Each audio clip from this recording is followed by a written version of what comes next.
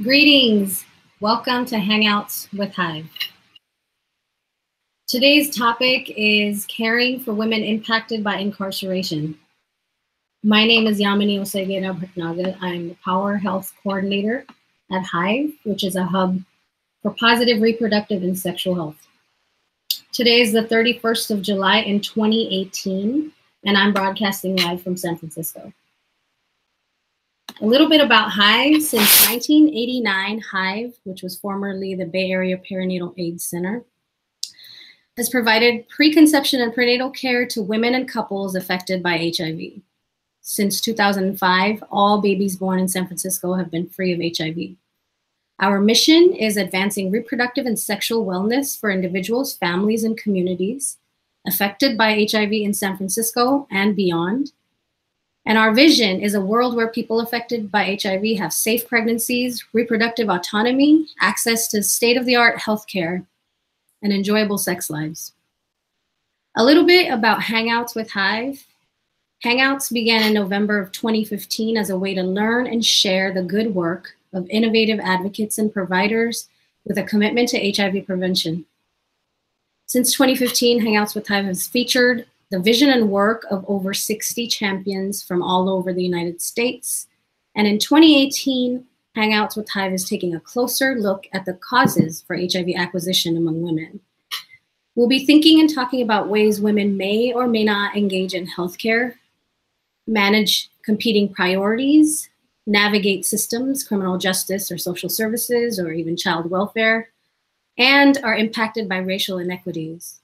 We hope to learn together with our panelists and viewers to shift our practice and better serve women.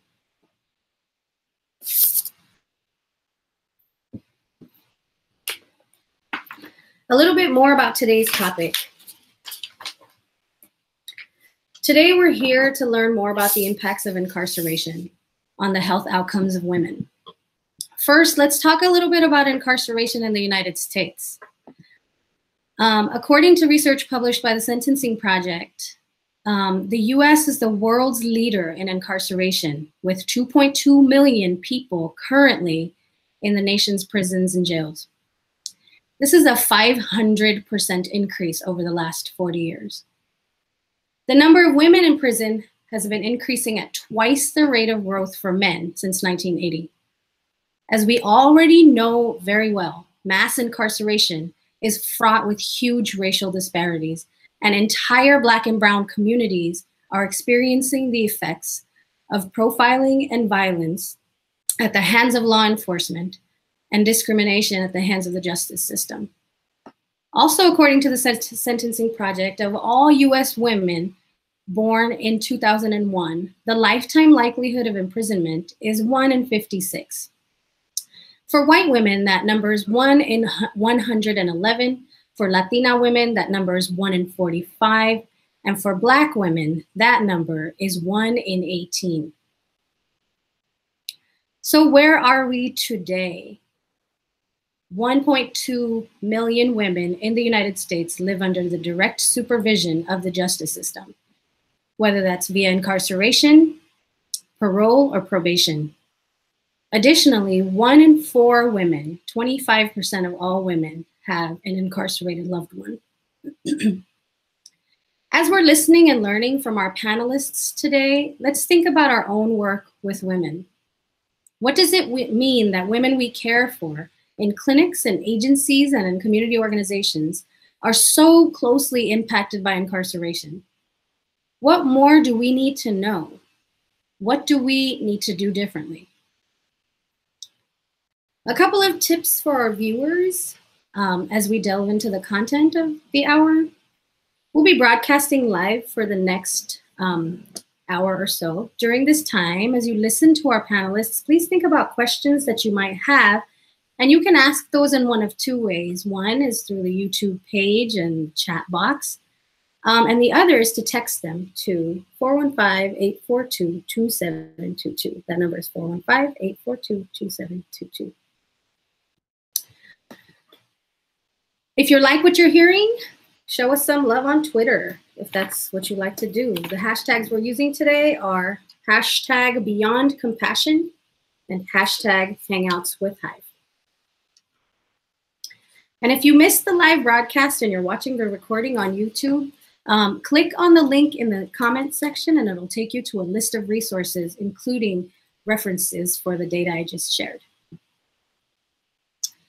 Today's discussion is going to be in Q&A form. I have a few questions for our panelists. We'll go back and forth, we'll answer them, we'll discuss them, and then we'll have time for audience Q&A. So please, again, share your questions in the chat box or text them. And without any further ado, I will go ahead and share our superstar panelists for the day. Let me go ahead and introduce. Endria Richardson is a research coordinator at Essie Justice Group and recently co-authored the report, Because She's Powerful, The Political Isolation and Resistance of Women with Incarcerated Loved Ones. Previously, she served as staff attorney and policy director for legal services for prisoners with children, where she launched a pilot policy fellowship for formerly incarcerated people. Welcome, Endria. Thank you for joining. Nikole Trainor is a Getting to Zero program coordinator and the PrEP health educator for the San Francisco Department of Public Health, Community Health Equity and Promotion Branch. Nikole was previously the multi-site coordinator for the first U.S. PrEP demonstration project, where she successfully implemented PrEP provision at municipal STD clinics in San Francisco, Miami, and DC. Her interests and expertise include women's reproductive and sexual health for men who have sex with men, and STD HIV prevention and treatment among high-risk populations. Thanks for joining, Nikole. And then there's Megan Comfort, who is a senior research sociologist in the Division for Applied Justice Research at RTI International. Dr. Comfort's areas of expertise include families and incarceration, HIV risk and prevention for justice-involved people, and health inequities among urban poor populations. Thank you so much to all three of you for joining. With that, we're gonna move right into our discussion. And what I'm gonna do is share some questions I have for our panelists, and they're gonna shed some light through all the work that they've done on some of these ideas. And I'll start with Endria. Endria, let's talk real quick about data and incarceration in general. So based on your research, what are overall impacts of incarceration on women in the United States? What does the data say? Hi, thank you for that question. So in 2018, my organization, Essie Justice Group, as you said, published our inaugural report, Because She's Powerful, The Political Isolation and Resistance of Women with Incarcerated Loved Ones, and revealed the unprecedented and underestimated extent of mass incarceration's control of women in the United States. And as you said earlier, 1 in 4 women and nearly 1 in 2 Black women have an incarcerated family member in prison. And those statistics were published by researcher Hedwig Lee a few years ago. We're very indebted to her research. Women are also the fastest growing incarcerated population in the United States. As a result of these numbers of women impacted, we found in our report, after surveying over 2,500 women, that women are in the United States are at an increased risk of chronic illness, poverty, houselessness, and early death as a result of incarceration.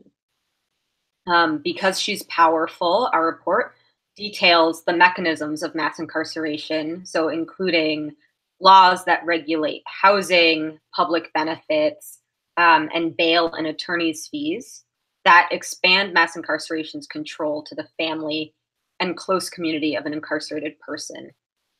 And in our report, we also articulate a feminist analysis that explains why incarceration's expanded control most often seizes women. So the mothers, daughters, sisters, and grandmothers of incarcerated people. and how gender roles amplify that harm to women, transgender women, and gender nonconforming people. And so we found that the overall impacts of incarceration on women really cluster in 3 areas and lead to devastating impacts on women's physical and mental health, women's financial well-being, and women's political power through isolating women. And I can talk more about those specific impacts in a little bit. Thank you.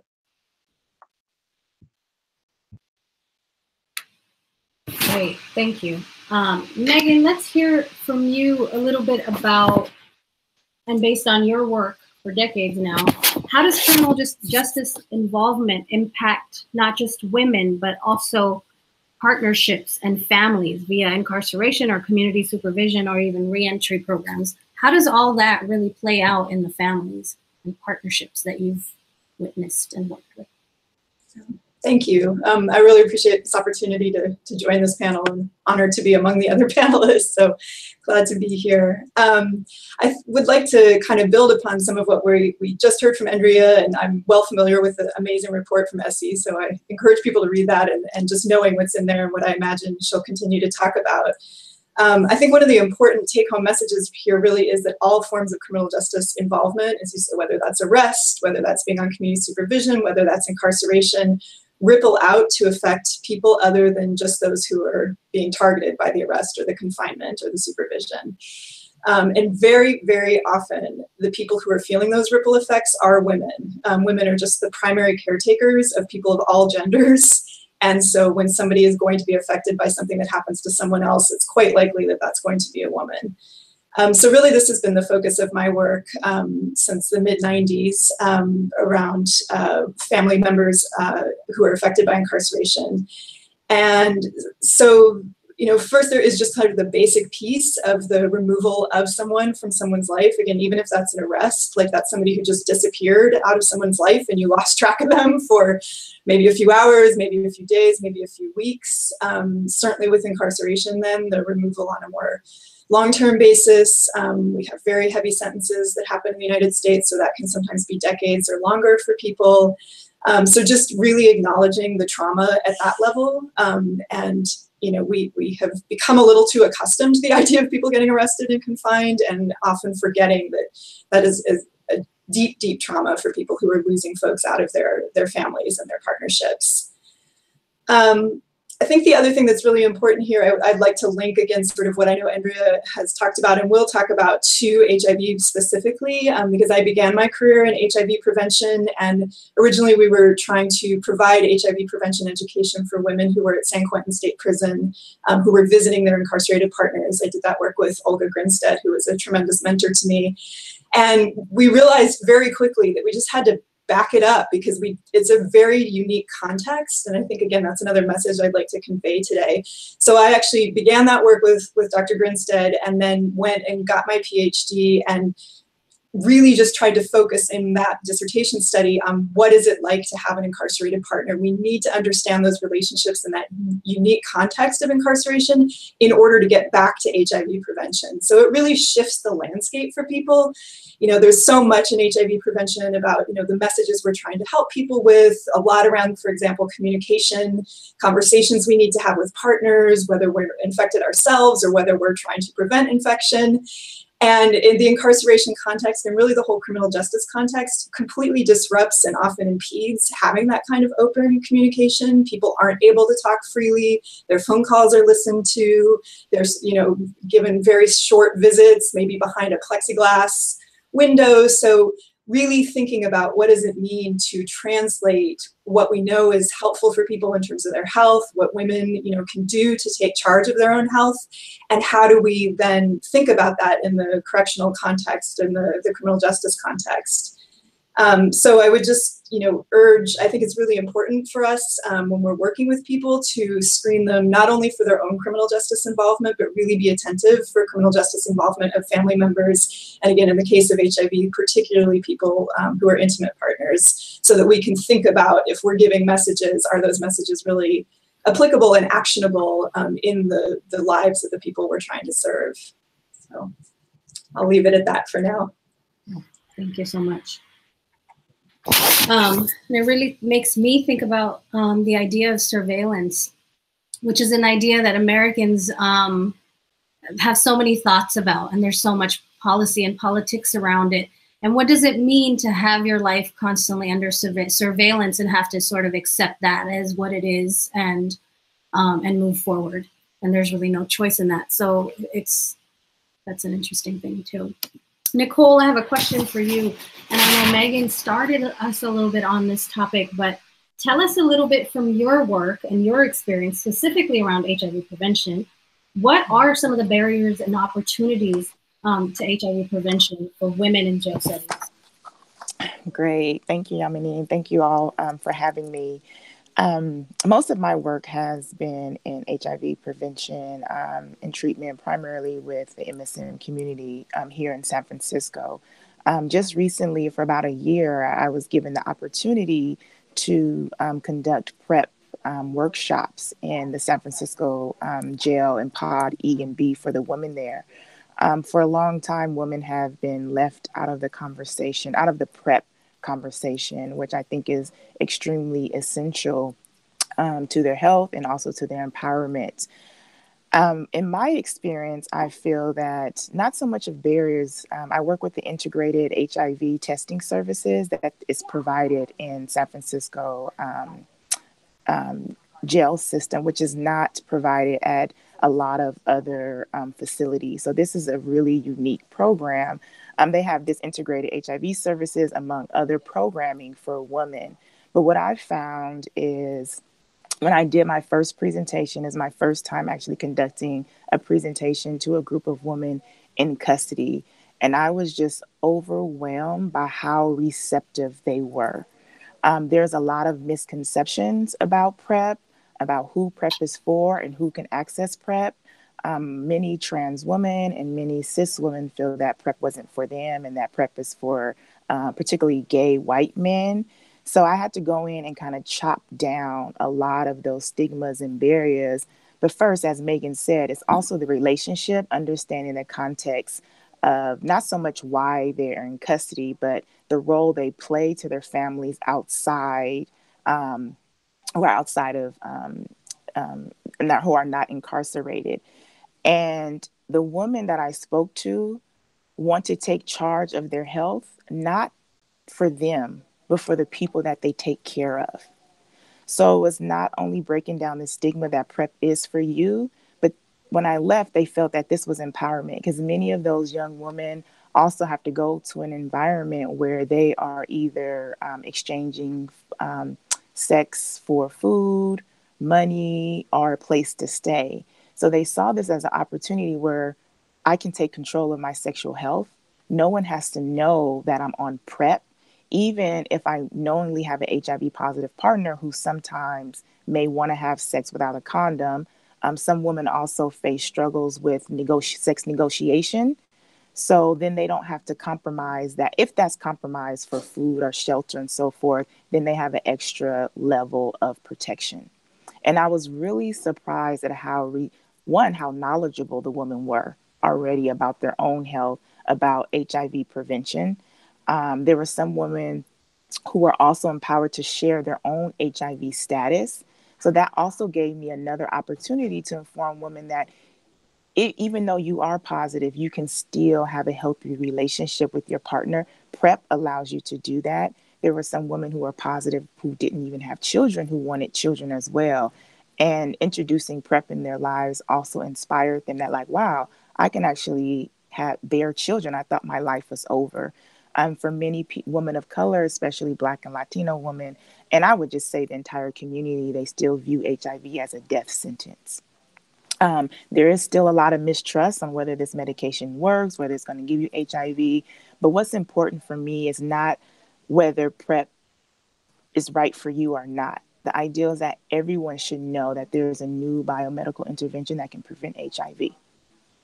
And that's what's important. And Yamini, I can go into more detail and other questions about more of my experience and what it took for me to build relationships with these women. And those women who actually connected to PrEP after my visits as well. Thank you, Nikole. I just want to say for viewers, PrEP is pre-exposure prophylaxis. It's a biomedical intervention to prevent HIV. It is a pill. For now, it's a pill taken once a day, and women there are indications that there are women across the country who would benefit from PrEP, yet the numbers of women on PrEP are extremely low. And so there's a lot of efforts to trying to figure out why that is, et cetera. And so I really thank you, Nikole, for doing the work that you've done and sharing that. Let's go back to Endria. Endria, I have a second question for you. And this is more specific to the Because She's Powerful report, of which most definitely I will include the link in the list of resources for everyone who's watching. So please check that out. It's a wonderful report. I've gone to it many, many times in this last 6 weeks or so.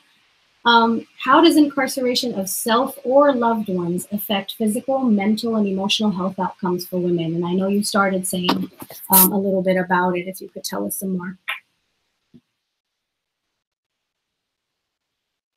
Hi, sorry, I was trying to get myself off of mute. Yeah, thank you. And I'm also really appreciating being able to listen to Megan and Nikole talk about their work too. It's really, I feel that I'm learning a lot. So based on our work, where we included women who have been formerly incarcerated and women who have loved ones who are incarcerated or formerly incarcerated. Of the vast majority of women we surveyed, so 86% of women experience significant or extreme mental health distress. And so that includes depression, anxiety, PTSD, and other markers of mental distress. And what those numbers don't quite capture is the weight of incarceration and how it hangs on and over women's lives. And that is really not something that numbers can adequately express. It's something that comes out in the words that women use to describe their experiences of isolation, of being in a twilight zone, of life being over, of hopelessness, of paralysis.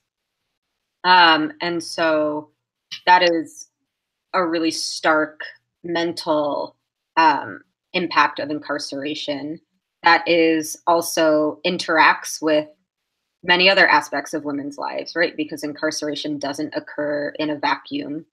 It impacts women in relationship with race, in relationship with gender, in relationship with poverty, in relationship with other overall health. And so I think incarceration really, it can never be looked at just as one element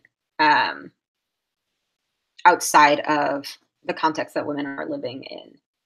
And so the same is true for physical impact. So 64% of women that we surveyed experienced significant or extreme physical health distress, high blood pressure, migraines, insomnia, and other physical ailments. I encourage everyone to look at our website, becauseshe'spowerful.org, to read more about the financial impacts, including how having to pay bail or missing rent payments or choosing to or being forced to give up or change educational plans or job plans because of a loved one's incarceration can impact women's financial health. I find that it can be hard just to spout numbers and percentages. So I really encourage people to look at the report to read more about the financial impacts. But the overall impact is that incarceration of a loved one and incarceration has a devastating impact on women's just reserves of money, because it costs a lot of money to support someone in prison or jail.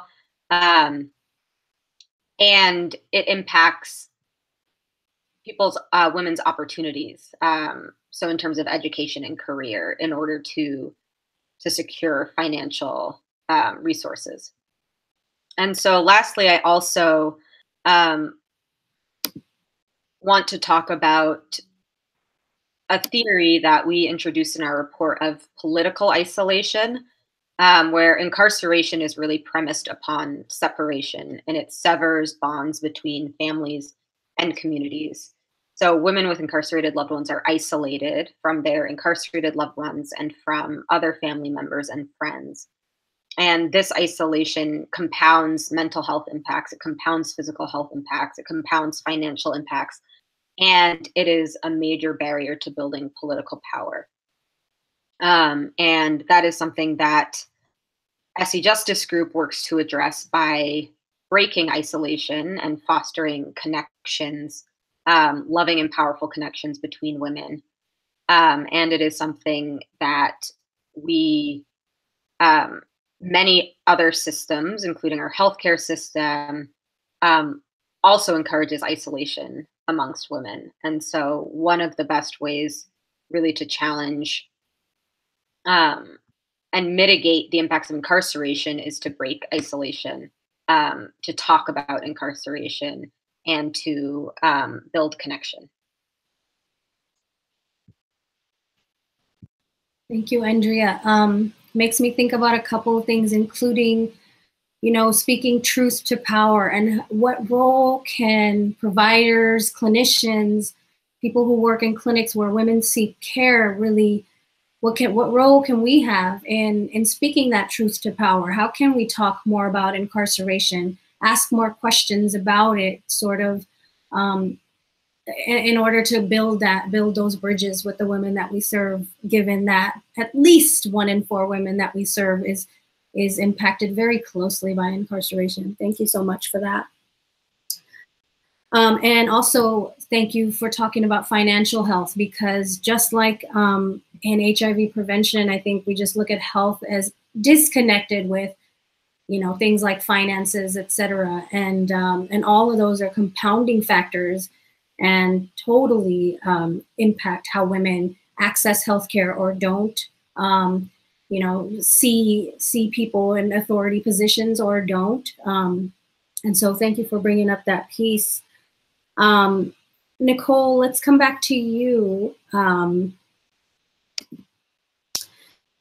And you had started to mention this with the first question, but I wanted to hear more about resiliency. You've spoken about it with me, you spoke about it a little bit today, but you've mentioned about women's ability to sort of be resilient in the face of incarceration, in the face of struggle. And I wanted to just hear more about what you've seen, what you've learned, what you've witnessed. Okay. So just based on some of my experiences that I've had with some of the young women in the group, is one that they are very, very eager to learn and absorb as much information and resources as they can. And so for the most part, people feel that, oh, we can give these resources to people who are incarcerated, but once they get out, they're not going to follow through. They don't have the contact information. And what's the point of providing these resources for individuals who are incarcerated for when they get out? But that has not been the case for me. Many of the women I've been able to connect with, some of the women recognize me just from the neighborhood that I'm from. And it's unfortunate that I go into a system and there's many young women that I either grew up with or are a little older than I am who are now embedded in this system. So I think for me, and I always feel like this is my calling, by them seeing me in that system and seeing me present to them, that gives them also hope, because we came from the same area. We used to run the same streets. And it's like, if you can do this, then I can do this as well. And although you're incarcerated right now may seem like a setback, but it's my role to then give back to those young women to try to uplift them as well. So that's where the relationship piece comes in.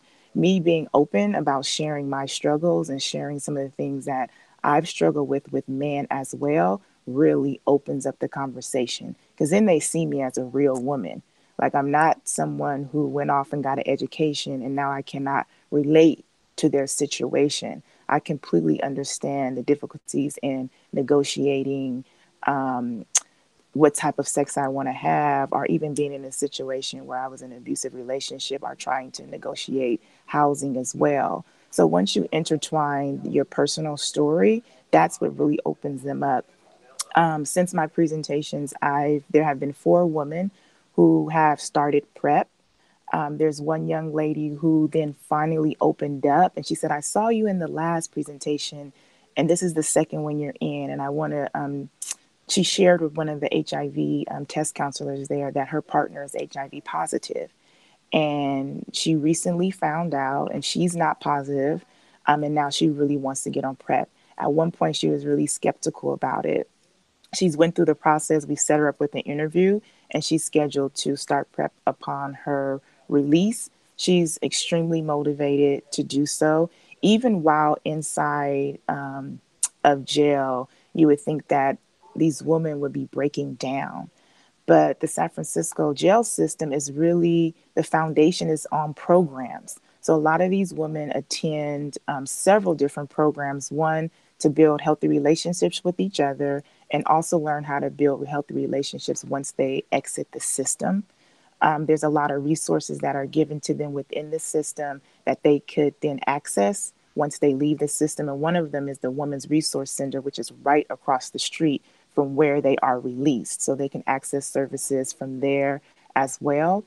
One of the staff there who runs the integrated HIV services is also puts resources within the women's belongings upon leaving, so they can have those materials when they leave.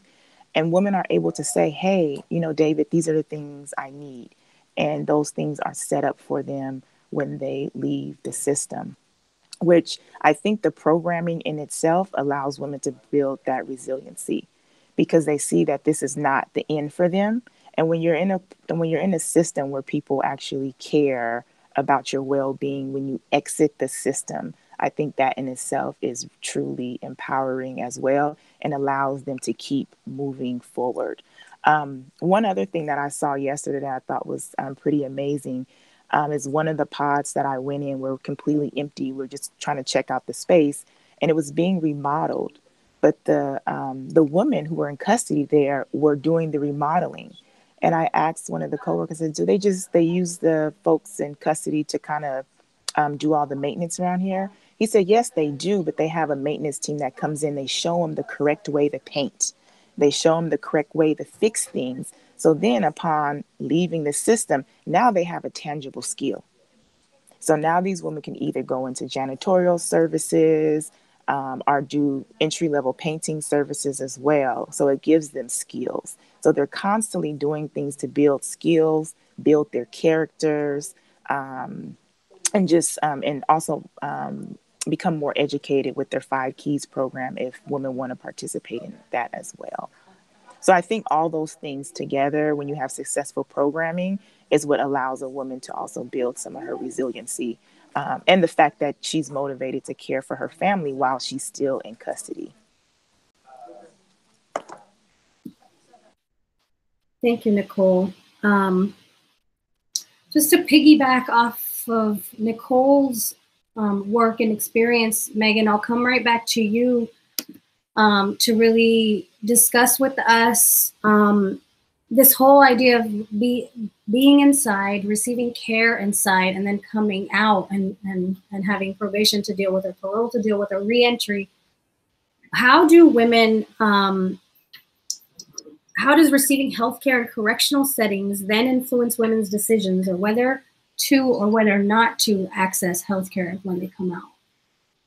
Yeah, I think this is such an important issue. And, Nikole was just describing some of the really innovative and thoughtful ways that San Francisco is trying to address this.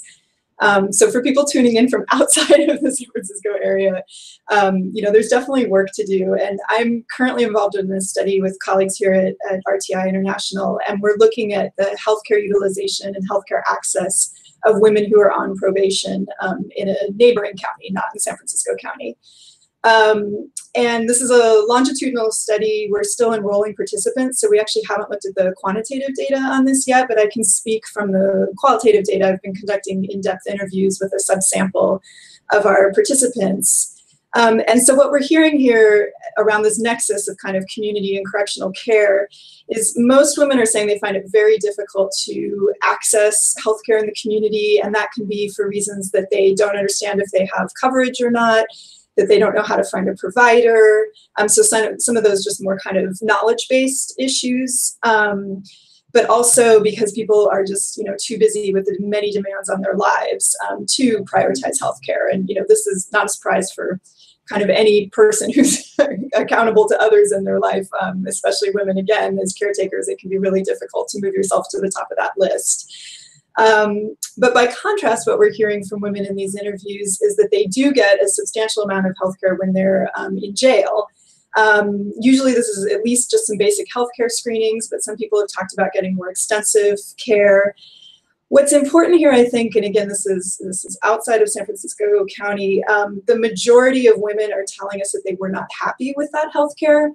They often felt that providers were cold, were standoffish, treated them differently because they were incarcerated, that they didn't understand what was happening to them. They didn't get all the information they needed. They thought they needed more healthcare that they didn't receive.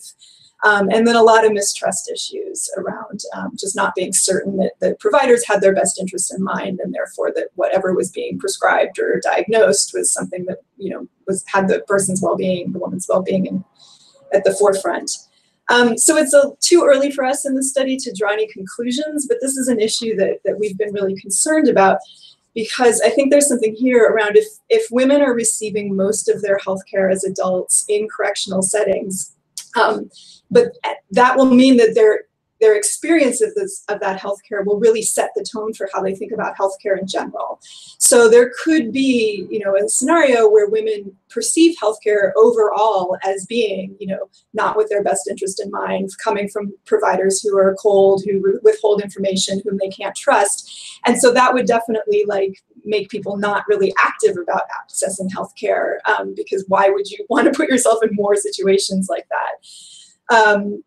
So if women have these negative experiences, they might not be motivated to prioritize their own access to healthcare, especially when they're out, as you say, with lots of other things going on, lots of other demands on their time, because they might fear that these are going to be negative experiences.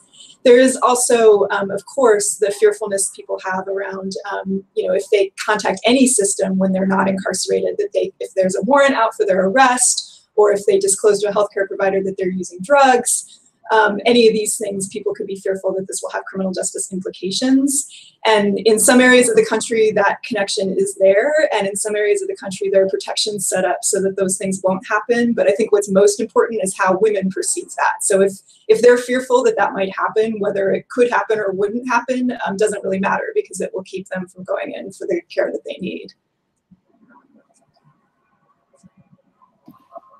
Thank you, Megan. I think that is such a profound topic to discuss in general, about how in sort of the criminal justice system and healthcare and child welfare and social services is all sort of seen as one big system, and how it, and not just, I think, women we serve. I think for a lot of us, the perception is that, yes, it is all connected. And yes, it is. I'm not really sure what's going to happen to you, once I send you here or send you there, or, whatever.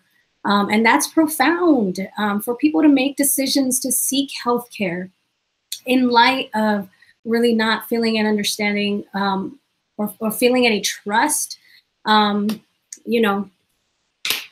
healthcare disparities. And here we are today.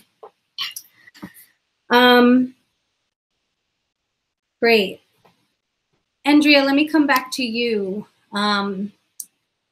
And I know you want to defer to women, to formerly incarcerated women and elders, but I really would love to hear from you based on, because she's powerful, because based on 2,500, did you say, surveys and interviews. Given that women are the fastest growing population in prisons, what are the unique issues that affect women who are incarcerated? Yeah, thank you. So I do first want to say that there are, I am going to mostly defer, there are brilliant formerly and currently incarcerated women leaders who have been speaking on gender and incarceration for years that I would really love to uplift. You know, Andrea James, who founded the National Council of Incarcerated and Formerly Incarcerated Women and Girls, Susan Burton, who founded A New Way of Life, Janetta Johnson, who is running the Transgender, Gender Variant, and Intersex Justice Project for transgender people, and Dolores Canales, who founded Family Unity Network. I do really encourage everyone to find out more about their work and to support their leadership.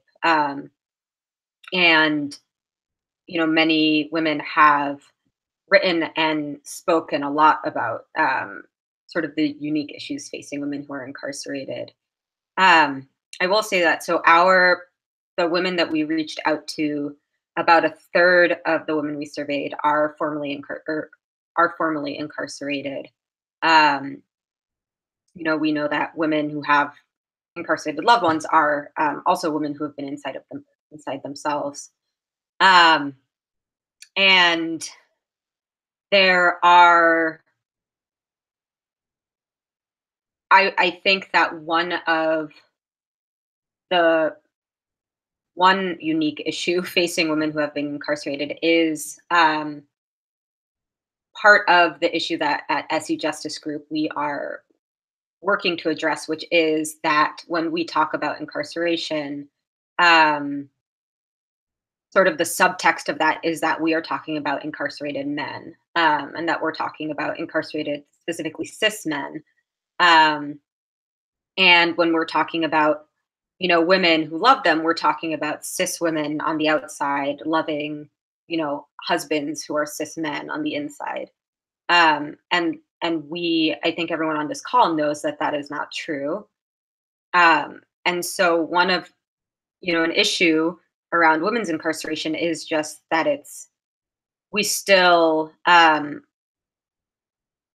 racial justice organizations, criminal justice organizations, women's rights organizations are only just now starting to really look to women who have been incarcerated and listen to women who have been incarcerated, who have been talking for years and for decades around, you know, this is what incarceration is doing to women. And so I think I would say that sort of our focus, for many understandable reasons, our focus on incarcerated men is something that really impacts incarcerated women, and that it means that we're not giving as many resources to orgs working to address specifically women's incarceration. We're not giving as many resources to the women working on it. And that means that we're not really understanding incarceration at its fullest, baddest iteration. Yep. Thank you. Thank you. Megan, back to you for a second. We talked about seeking healthcare in and out of correctional facilities, seeking healthcare when partners are incarcerated. What are some things that providers who care for women in and out of correctional settings support them in? How can providers support women in accessing healthcare for themselves and their families in correctional settings as well as outside? I think that this is like such a core issue, right? Like this piece is very, very important. I mean, in terms of the link I was saying before about how correctional healthcare experiences may really impact community healthcare seeking, I just think it's so clearly important that all experiences of receiving healthcare, wherever they may happen, just really need to make women feel safe, supported, and healed, right? If women can have those experiences with their healthcare, it will hopefully encourage them to feel safe returning for more healthcare when they need it. A part of that, of course, is just that trauma-informed care really needs to be standard practice in all settings. And again, kind of taking into account some of the things I was speaking about earlier in terms of sensitivities around what someone's situation may be, who's in her life and where those people are located or held, what kinds of interactions she can actually have with them. I think a positive message that I could bring out from the interviews I was talking about before is just the importance of feeling heard and seen. Whenever a woman does describe a good experience of healthcare to me, I really ask her like a lot of questions about what made that good. And what is coming out is it's just the connection with the provider. So all of you who are clinicians and providers on this webinar today, women have described, experiences where the health issue itself was kind of severe, or the procedures that she had to go to were sounded kind of harrowing, or the situation, the environment she was in wasn't great. But if the provider made her feel seen and heard, and she felt a connection and felt like that person cared about her, those are the experiences that women describe as positive and good. So I think it's kind of empowering in that sense that whatever situations people are working in, if you can strive to have that connection, it really does make a difference. And Nikole was describing earlier some of the models in San Francisco. Rhode Island has some similar work too, where it's partnerships with the departments of health and the correctional facilities that can enable people to see the same provider when they're incarcerated and when they're in the community. I know logistically that's not possible everywhere, but just again, that idea that people can form a connection and sustain that connection, and that the provider can see this as a full person, not somebody who is, a prisoner or an inmate. And so I think women who are able to have that continuity of care inside and outside are more able to form those strong connections to providers and feel like they exist as a human being in that person's eyes. One other thing I wanted to bring up, and again, Nikole spoke to this before, is just how women will prioritize doing things for other people and specifically for their children. And so despite hearing that a lot of women in our study are not getting the healthcare that they need themselves when they're in the community, virtually everyone is really on top of getting her kids to the pediatrician. And so I think there could be some creative thinking around this of, a family clinic model, but where if a mom brings in a child for a pediatric visit, maybe the mom can get her blood pressure taken, or just, 5 minutes of some sort of screening or some sort of like recommendations for her to try to address her needs as well. So I think thinking creatively about how to build upon women's capacity and desire to care for others, integrating their own health into that could be really promising. And those might exist. So if anybody is watching this and you already know that, I would love to hear about them. Thanks. Thank you, Megan. I'm also reminded about something we talk about and experience here at HIVE Clinic a lot, which is the postpartum drop-off. So when women are very engaged in care during pregnancy, there's a major drop-off for the first couple of years afterwards and beyond, right? Where women are very engaged in getting their babies the care that they need. We don't see them anymore. And so what are creative ways that we can work around that? And it's interesting to me that that you come up with a similar solution as well. Nikole, I want to come back to you for a quick second. I know you did discuss some of the specific programming that's coming out of San Francisco County Jail that is really, from your perspective and of others, really working for women. Are there other things you want to highlight, specific pieces of programs that you feel like are really really helping women with reentry, or kind of reintegrating when they come out, or just being inside as well? Right. So one of the programs that really touched me was their Adrian and Megan talked about the isolation piece of it. And so with one of the San Francisco programming, they allow men and women who are incarcerated to have physical contact with their children, uninterrupted physical contact with their children, meaning that the inmate could bring the child into a secure area. They provide diapers, snacks, food, games, and they're able to interact physically with their child. And that's something I have never heard of. Most children are able to interact with their parents, like Megan said, behind this plexiglass. But this program allows the mother to hug, to kiss, and still be actively involved in the care, the education, the nourishment of their child while they're incarcerated. That's the purpose of that program, is so the child can feel that their mother or father is still actively involved in their life, and there's really no separation. And that program just really touched my heart. One of the young women in the workshop, she shared a piece of her story about her being able to touch and kiss and still create that bond with her child. And then when she's released, it's as if that bond has never been broken. Another one of the programs is the sisterhood program. And so that particular program, that's where it builds the relationship among some of the women who are currently incarcerated, and also helps them build their character and healthy relationships when they enter back into society. And so both of those programs have been very successful in San Francisco, and they were new to me. And the women really, really enjoy those two programmings there. So. One of the things I also just wanted to mention that I always just spin in my head when we're talking about the impacts of women and men and Black and brown women incarcerated, Yamini, like you mentioned, is that this whole ideal that mass incarceration, this is a multi-billion-dollar industry that we are here trying to fight against. And incarcerating Black and brown people is a profit for corporations and the government, and the sentencings, the unfair sentencings and inequities in sentencings amongst Black and brown people is an issue. And how that has an inverse effect on those folks' health outcomes. Even if I'm out in the community, the fact that I'm a Black woman or Latina woman, how I move through this world and interact with systems with fear of being incarcerated is just detrimental to my health in itself. So.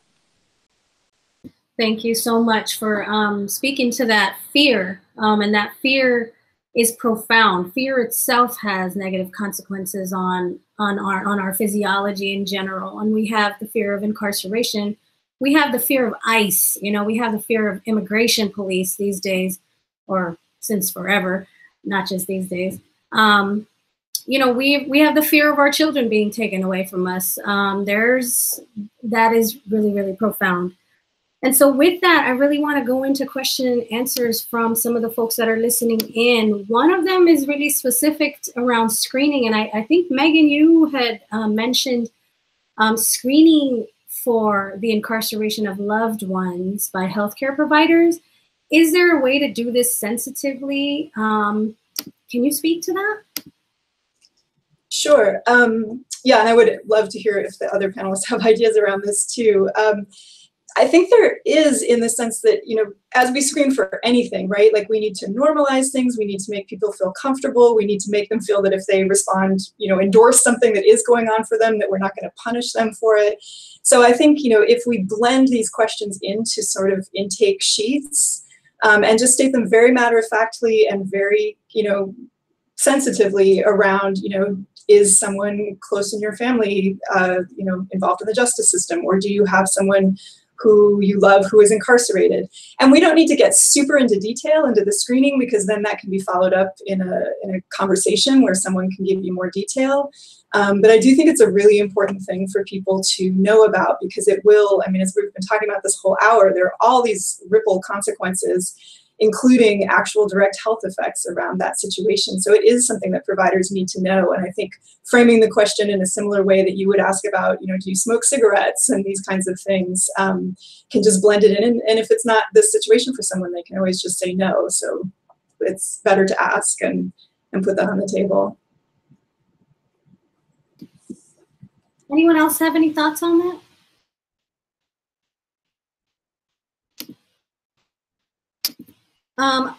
The next question is around child welfare, actually, going right back to what we were just discussing. We're talking about women with incarcerated loved ones. We're talking about women who are incarcerated currently or formerly.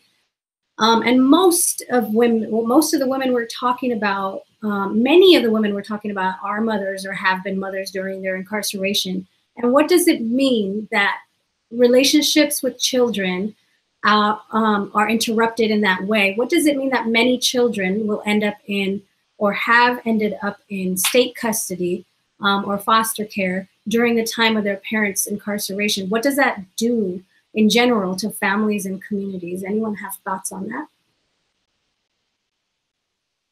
I know that's big, that's huge. That's an hour hangout in and of itself. Anyone have thoughts maybe from interviews or I again want to hear from others, but just in terms of the research, I can say that there's been a really tremendous body of research that's been building up just in the last few years. And you can document all sorts of emotional, behavioral, and physical health consequences of that situation. So it is very real. It is very, we are able to document that and see that in the research. So I think being aware of the fact that we are damaging and traumatizing children when we put them in that situation just can't be disputed. But again, I'd love to hear from the others.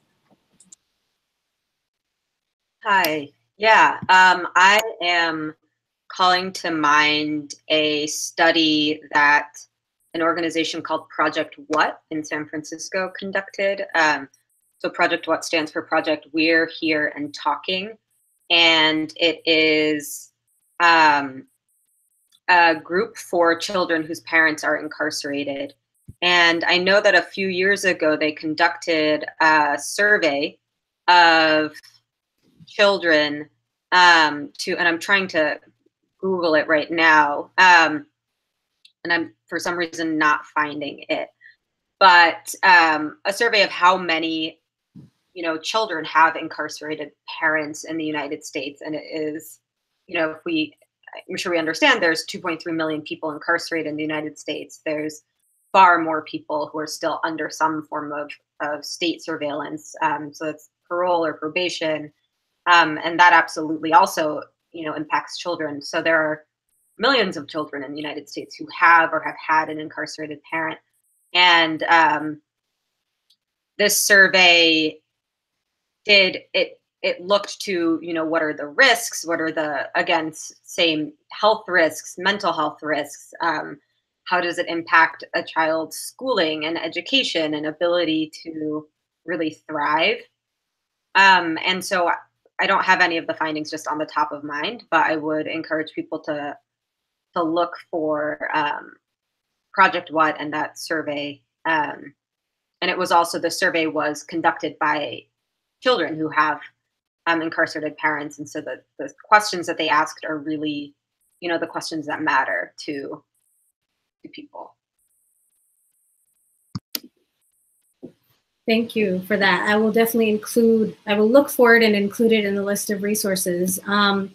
There's a question that came in that I think maybe I will ask to Nikole. Nikole, the question is, would having providers become more health literate when it comes to engaging those who are incarcerated help if they feel like they trust them or would understand their lives more? You have any thoughts on that? Is there a lack of sort of literacy among providers? I don't think it's literacy. I think it's more compassion. Mm-hmm. I don't trust my provider based on how knowledgeable they are about my health condition. I trust my provider simply because they ask me, how am I doing today? I trust my provider because my provider has taken the time to understand their unconscious biases. I trust my provider because they understand how stigma impacts how I engage with a provider who I may see in a privileged position, particularly if that provider is of other ethnicity or of Caucasian descent. There's power dynamics there. I trust my provider if they just call and check in on me after the visit and say, I just want to see how you're doing with the medication I provided you. How are you doing with the care report that I gave you? 2-minute call. That's what builds relationships, and that allows me to trust my provider. And also, my provider being willing to just dive into some of those hard conversations and not being afraid to say, I don't know, or ask me my pronouns. Ask me what type of sex do I have, as opposed to making assumptions or coming in with a clipboard and a checkbox. Now that makes me nervous.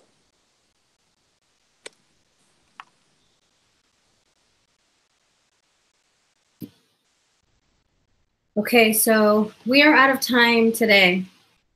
I want to say really my heartiest thank yous to Endria, Megan, and Nikole for really sharing so much of what you've poured your heart into for the last whatever amount of time.